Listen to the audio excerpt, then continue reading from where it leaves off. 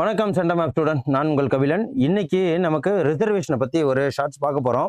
ஜென்ரலாக ரிசர்வேஷன் பார்க்காம பெண்களுக்கு மட்டும் நம்ம இந்தியாவில் எந்தெந்த மாநிலத்தில் என்னென்ன ரிசர்வேஷன் கொடுக்குறாங்க அப்படின்னு சொல்லிட்டு தெரியணும். நமக்கு நல்லாவே தெரியும் தமிழ்நாட்டில் 33% கொடுக்குறாங்கன்ட்டு. ஆனால் இருக்கிற எல்லா மாநிலங்களையும் என்னென்ன கொடுக்குறாங்கன்னு தெரியணும் இல்லையா? அதான் தெரிஞ்சு போவாங்க. ஃபர்ஸ்ட் உத்தரகாண்டில் எத்தனை பர்சன்டேஜ் பெண்களுக்கு மட்டும் உள்ளாட்சி அமைப்புகளில் மகளிர் இடஒதுக்கீடு அப்படின்னா 55%. பீகாரில் 2005க்கு எத்தனை கொடுக்குறாங்க அப்படின்னா 50% கொடுக்குறாங்க. 3 இமாச்சல பிரதேசம், அதுக்கு 50% இடஒதுக்கீடு, அதாவது உள்ளாட்சி பிரசிடென்ட் எலெக்ஷன் இதே மாதிரி. அதுக்கப்புறம் மத்திய பிரதேசத்தில் இதுக்கு எவ்வளோ அப்படின்னா 50% இடஒதுக்கீடு. 5 சத்தீஸ்கருக்கு 2008லேருந்து 50% இது இடஒதுக்கீடு கொடுக்குறாங்க. அதுக்கப்புறம் 6 ராஜஸ்தானும் 50% இடஒதுக்கீடு. கேரளாவுக்கு 50% இடஒதுக்கீடு.